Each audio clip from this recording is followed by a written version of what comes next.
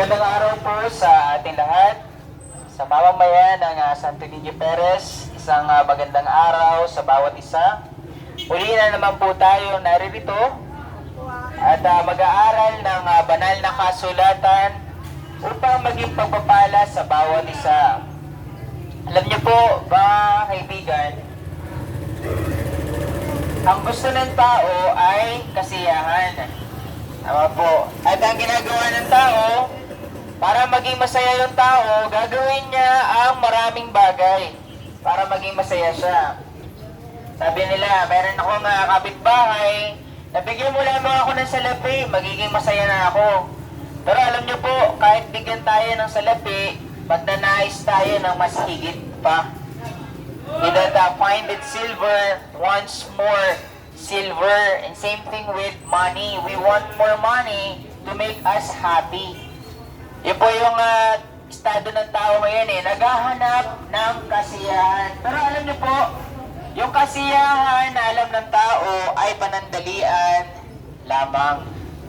Merong isang katuruan sa filosofiya na ang purpose, ang dahilan kung bakit ang tao ay narito upang hanapin ang kasiyahan. Yan po yung sinasabi ng philosophy, that the purpose of man is happiness, to find happiness here on earth. Kaya ginagawa niya para makamtan niya ang kasiyahan, ang ginagawa niya ay hinahanap niya ito sa mga prinsipyo ng tao.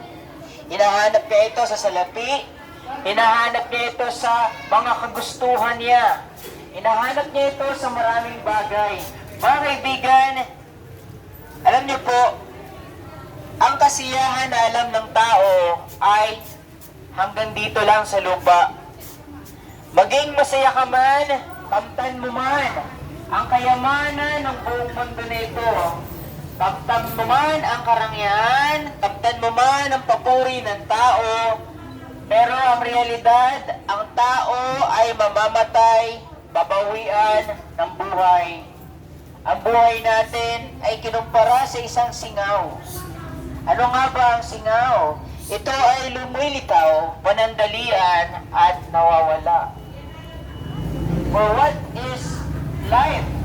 It is even a vapor that appeareth for a little time and then vanisheth away. Our life here on earth is temporal.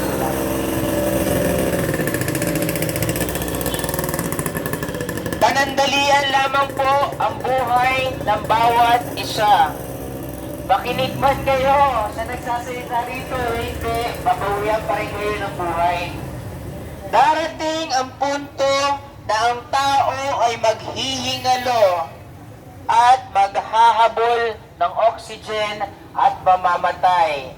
At kapag binawian ka ng buhay, paglalamayan ka, malulungkot ang mga kamag-anak mo for a while. Kapag nakaremate ka o nalibing ka, few weeks or few months, you will be forgotten. At same yung cycle ng buhay, another na naman na mamamatay, paglalamayan, malulungkot, mga kamag-anak, ililibing ka, kakalimutan ka. Same cycle of life. Friends, ladies and gentlemen, we are all appointed to death. And when death comes, ang kasiyahan ay mapuputol, ang kasiyahan ay mawawala. Mapapalitan ng bighati o kaparusahan. Ladies and gentlemen, our life here on earth is just temporal. It is just temporal. It is like a vapor that appears for a little time and then vanisheth away. Please listen. Listen, friends. Ang tunay na kaligayahan ay hindi matatamo sa salapi. Ang tunay na kaligayahan hindi matatamo sa edukasyon, sa profesyon, hindi rin yan matatamo sa relasyon sa kapwa-tao. Ang tunay na kaligayahan ay yung gigising ka sa umaga, nabubuhay ka, na alam mo na sa Diyos, ikaw ay napawalang sala. Ang tunay na kaligayahan ay yung makilala mo si Kristo bilang iyong tagapagligtas. Kung wala si Kristo sa buhay mo, wala kang kaligtasan. Kahit ano pang relihiyon ang anibal mo, hindi mo matatakasan yung galit ng Diyos laban sa mga kasamaan mo at kasalanan mo. Lahat tayo makasalanan. Lahat tayo ay gumagawa ng kasalanan. Lahat po tayo ay brutal. Papatunayan ko po sa inyo yan. Paano ko nasabi na brutal tayo? Kapag tayo po kinagat ng langgam, anong ginagawa natin? Di ba sasabihin natin, aray! Tapos, itataas natin yung kamay natin, and then papaluin yung langgam ng pagkalakas-lakas. Ang lit-lit lang ng langgam eh. Bubuelo ka pa ng ganon, tapos papaluin mo ng ganon. Ganon po tayo kabrutal, langgam pa lang po yun ha. Langgam pa lang yun, kawawa naman yung langgam, pagkaliit-liit, tapos pagkalaki-laki mo, may buwelo ka pa. Papaluin mo yung langgam, pagkaliit-liit. O, ganon tayo kabrutal. O, huwag mo sabihin sa akin, hindi ka brutal sa kapwa mo. Lahat po tayo ay nagkasala sa harapan ng Diyos. Hindi lang tayo hihingi ng kapatawaran sa kapwa-tao. Dapat tayo po higit sa lahat ay humingi ng kapatawaran sa Diyos. Dahil ang kasalanan ay kasalanan sa harapan ng Diyos, hindi lang sa tao. Kapag binawian ang tao ng buhay, titigil ang iniisip mong kasiyahan. Titigil ang lahat ng bagay ay iiwanan mo. At kapag ikaw ay hindi maayos sa Diyos bago ka bawian ng buhay, katapusan mo na. Kaya mga kaibigan, ang salita ng Diyos ay pinangangaral sa atin mga tao upang magbigay pag-asa. Alam niyo po, ang salita ng Diyos sinasabi na hindi lamang tayo nagkasala sa Diyos. In Romans 6:23, for the wages of sin is death.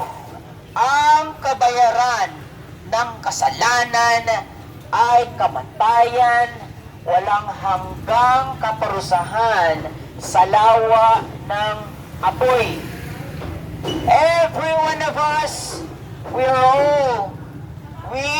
lahat tayo, for all have sinned and come short of the glory of God.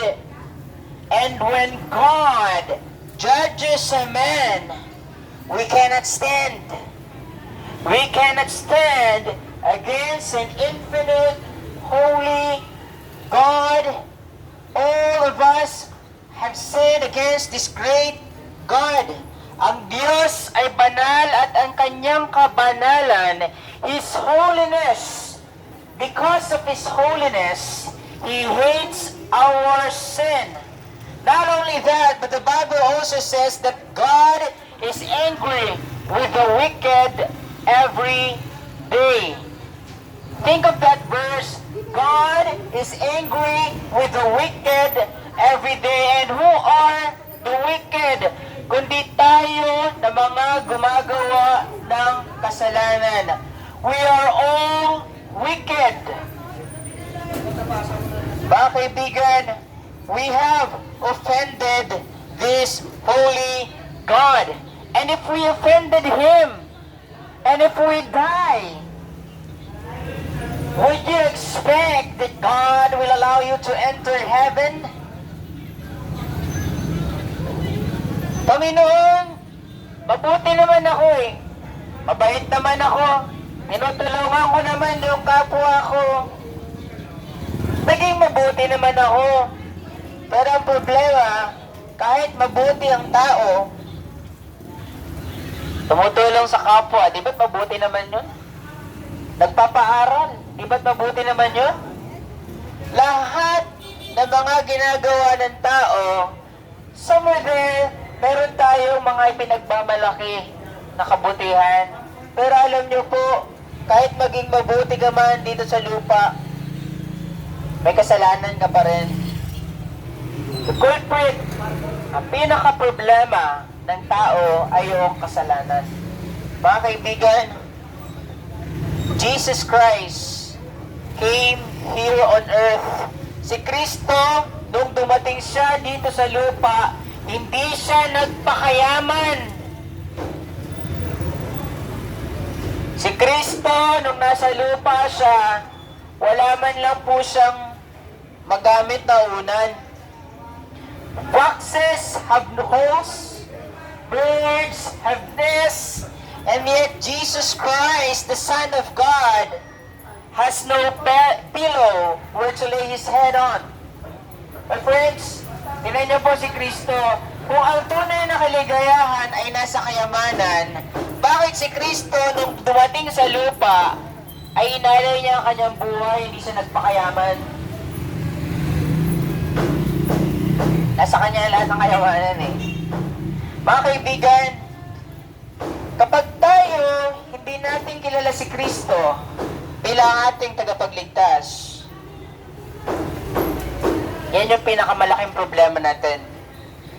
Ang daming panahon, ang daming taon na ibinigay sa iyo ang Diyos dito sa lupa. Pero anong ginawa mo? Binaliwala mo ang mensahe ng Diyos mula sa Kanyang salita, ang Biblia. Sinasabi sa banal na Biblia, neither is there salvation in any other, for there is none other name under heaven given among men whereby we must be saved. In Acts 4:12, neither is there salvation in any other, for there is none other name under heaven given among men whereby we must be saved. Religion cannot save you. Your relationship with people cannot save you. Your goodness, your good works cannot save you. Only Jesus Christ. Jesus Christ is the way, the truth, and the life. No man cometh unto the Father but through Him. My friends, this is not religion. This is relationship with the one who created us, the Lord Jesus Christ. Kapag pinaliwala natin yung salita ng Diyos na ipinangangaral sa umaga na ito, yung the same word that is being preached here will judge you in the last days. Mga kaibigan, bagamat tayo ay nagkasala sa harapan ng Diyos, ang kanyang hustisya ay pagpaparusa sa kasalanan at sa mga makasalanan doon sa lawa ng apoy. Ngunit alam niyo po ba, ang Diyos ay Diyos ng pag-ibig at ipinakita niya ito sa tao. Paano? Nung si Kristo ay nabayubay doon sa krus ng Kalbaryo. The Bible says in John 3:16, for God so loved the world that He gave His only begotten Son, but whosoever believeth in Him should not perish, but have everlasting life. For God sent not His Son into the world to condemn the world, but that the world through Him might be saved. In verse 18, He that believeth on Him is not condemned, but he that believeth not is condemned already, because he hath not believed in the name of the only begotten Son of God. Ladies and gentlemen, outside Jesus Christ, we have no hope. outside Jesus Christ, we are all condemned down there in the lake of fire. Mga kaibigan, we do not any hope. Wala tayong kahit anong pag-asa maliban na lamang doon sa nakapako sa krus ng Kalbaryo. Ang kabutihan mo ay hindi magdadala sa iyo doon sa langit. Ang kabutihan mo ay magdadala sa iyo doon sa impyerno dahil pinagmamayabang mo yan sa Diyos ng katuwiran. Mga kaibigan, si Kristo lamang yung itinalaga ng Diyos bilang ating tagapagligtas. Si Kristo lang ang ating tagapamagitan. For there is one God and one mediator between God and men, the man Christ Jesus, who gave Himself as a ransom for all. Mga kaibigan, ang tunay na kaligayahan ay hindi yung salapi, hindi yung bahay, hindi yung sasakyan, hindi yung personalidad, profesyon, edukasyon. Ang tunay na kaligayahan ay yung makita mo na ikaw ay napawalang sala dahil sa katuwiran ni Kristo, dahil sa kanyang dugo na itinigis doon sa krus ng Kalbaryo. Therefore, being justified by faith, we have peace with God through our Lord Jesus Christ.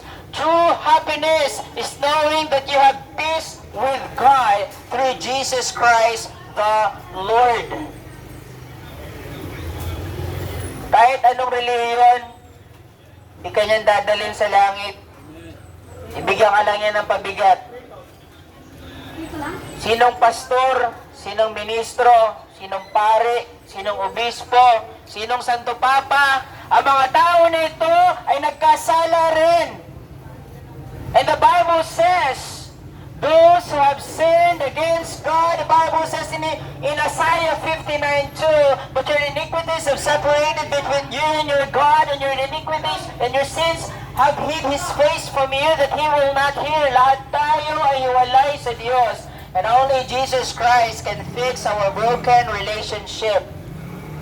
Hindi ang tao. Hindi yung katalinuhan, not human intellect, cannot save you. But the foolishness of preaching the Bible, the Word of God, Jesus Christ came, He lived a righteous life, and then He died, He was buried, and after 3 days, He rose again from the dead. And the Bible says, death, where is thy sting? O grave, where is thy victory? Jesus Christ had conquered sin, death, and hell. At ang katagumpayan niya laban sa kasalanan, kamatayan, at impyerno ay nais niyang ibahagi sa iyo ngayong umaga na ito.